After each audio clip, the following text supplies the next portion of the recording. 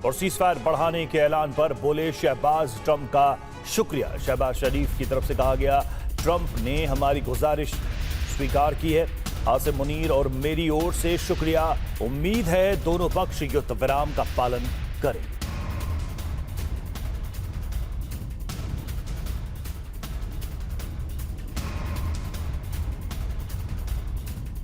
और वार्ता को लेकर आईआरजीसी का बड़ा बयान, हमारी शर्तों पर ही होगी बात। आईआरजीसी ने कहा, हम जब तक हमारी बात नहीं मानी जाएगी, बात नहीं होगी। आईआरजीसी की तरफ से कहा गया, ईरान जीत की ओर, इसलिए शर्तें भी हमारी। फिलहाल अमेरिका के साथ कोई बातचीत नहीं।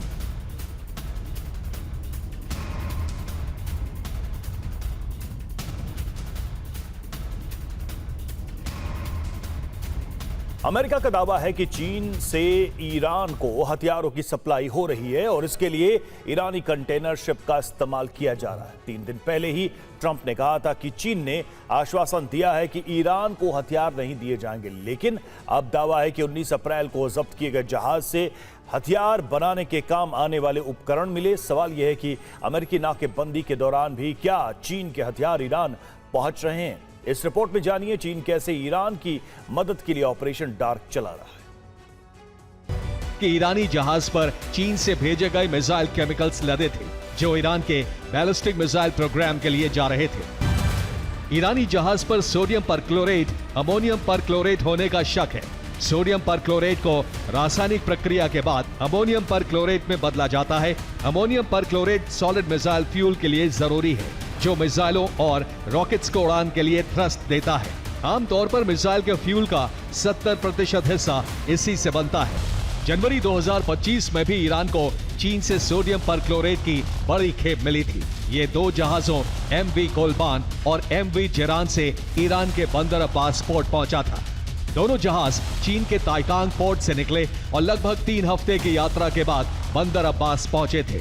1000 टन सोडियम परक्लोरेट से 260 खैबर शिकन मिसाइलों का ईंधन तैयार हो सकता है। चीन तक ईरान अपनी शैडो फ्लीट के जरिए तेल पहुंचाता है और बदले में इन्हीं जहाजों में हथियार लादकर भेजे जाते हैं। ईरानी तेल टैंकर खर्ग द्वीप से तेल लेकर चीन भेजे जाते हैं, जो खर्ग के बाद फारस की खाड़ी से होते हुए स्ट्रेट ऑफ हॉर्मुज पहुंचते हैं। इससे आगे ओमान की खाड़ी और अरब सागर से होते हुए हिंद महासागर में जा पहुंचते हैं।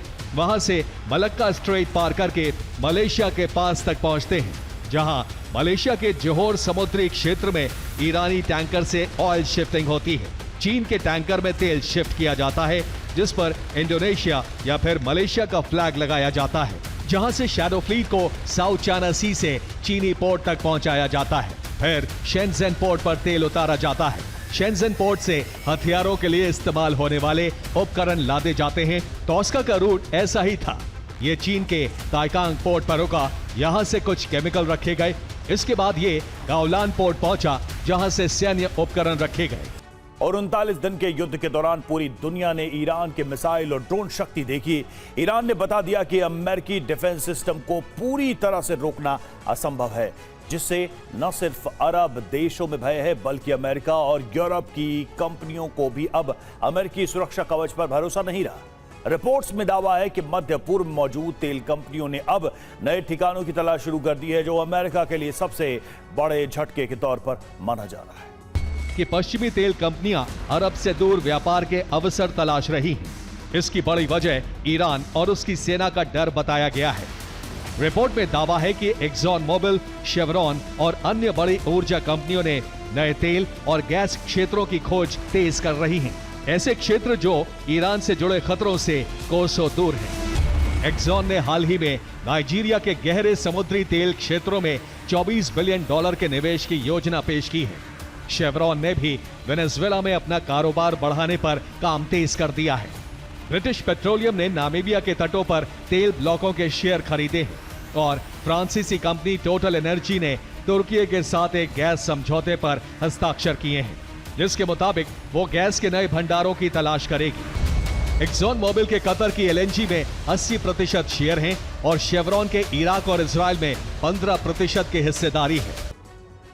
और बाल्टिक के आसमान में रूस के परमाणु क्षमता वाले Tu-22 बॉम्बर उड़े तो यूरोप के नाटो देशों में दहशत हो गई। 4 घंटे तक बाल्टिक के आसमान में जंग का मैदान बना रहा, जहां एक तरफ रूस के परमाणु बॉम्बर्स के साथ सुखोई 35 थे तो दूसरी तरफ नाटो के ग्रिपेन जेट। सवाल यह है कि पुतिन ने अचानक यूरोप को क्यों डरा दिया।